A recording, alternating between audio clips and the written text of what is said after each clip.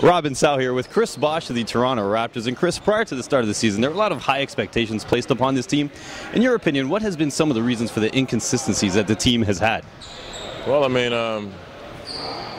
that's just what it is, really. I mean, inconsistency is kind of a definition of everything. You know, when you want to be consistent, you have to do all the hard things every time. You know, every night. And you know, sometimes it is hard. You might get on a losing streak, or you play 82 games a year, and it's hard to be repetitive like that. But you know, that's what good teams do, and you know, we still have a chance to salvage the season by making the playoffs. But you know, we have to be more consistent, and we have to just play a lot better.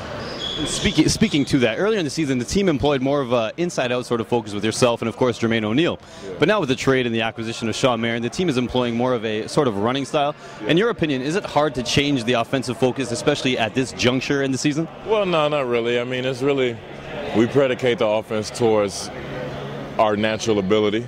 You know, with J.O., he's not going to really run the floor in the open court.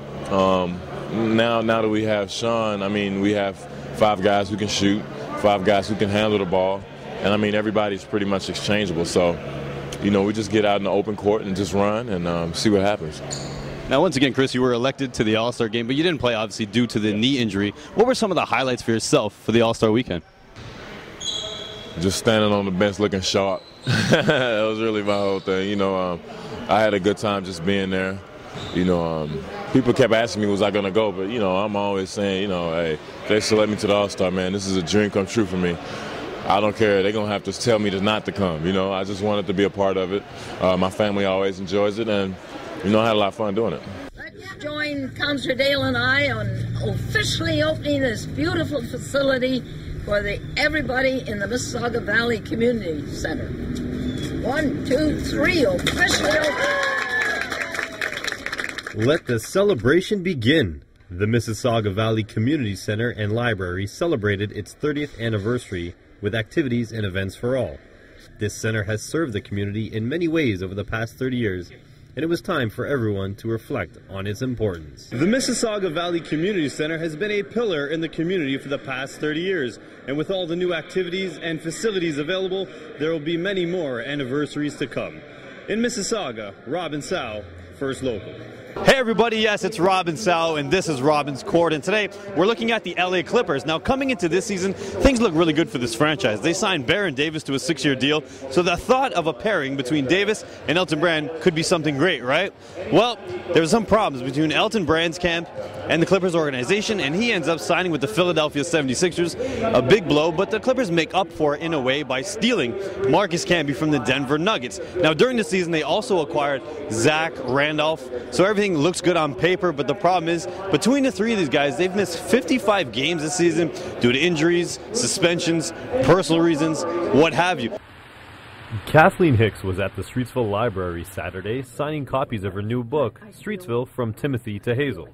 The book details the history of this community within Mississauga and the changes it has undergone over the last 200 years.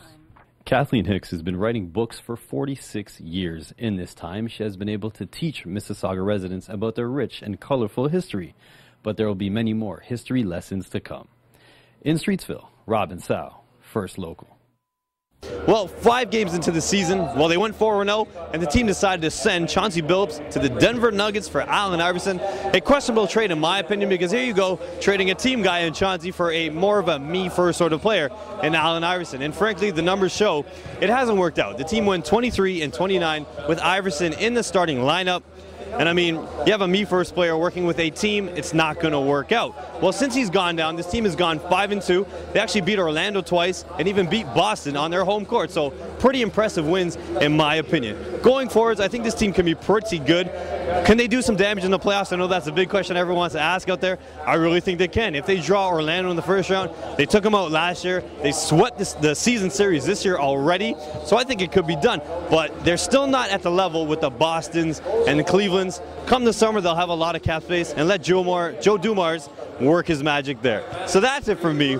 Time for you to get off my court, but I'll see you again.